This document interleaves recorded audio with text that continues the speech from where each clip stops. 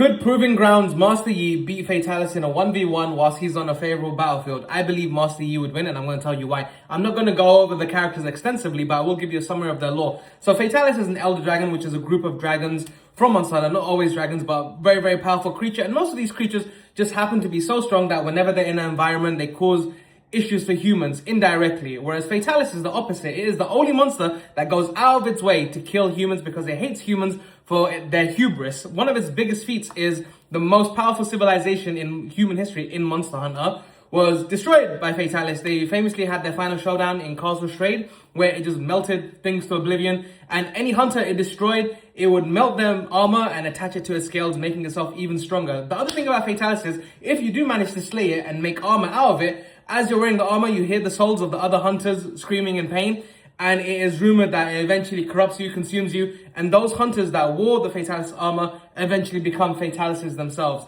Master Yi, lore-wise, he was like this guy from this group of people called the Wuju, and they were like by themselves, and they were like pacifists, and then they got invaded by Noxus, and he went to go and defend Ionia, and when he came back, he found all his people were killed by Noxians, but he's like hella strong, hella powerful lore-wise, but in the game, in Riftbound, I think he's actually stronger than he is in League of Legends. So Proving Grounds Master Yi, we have to talk about Proving Grounds as a whole. It was released as like a starter box for people to understand Riftbound, and the characters in there were designed to only fight each other. You had Lux, Annie, Garen, and Master Yi, and when contained, they're probably okay. But for some reason, Riot wanted to make these characters legal to play in the actual Riftbound game. And both Lux, Annie, and Master Yi have had their own troubles. But I'm going to focus on Master Yi. He essentially gives you +2 if you're defending alone.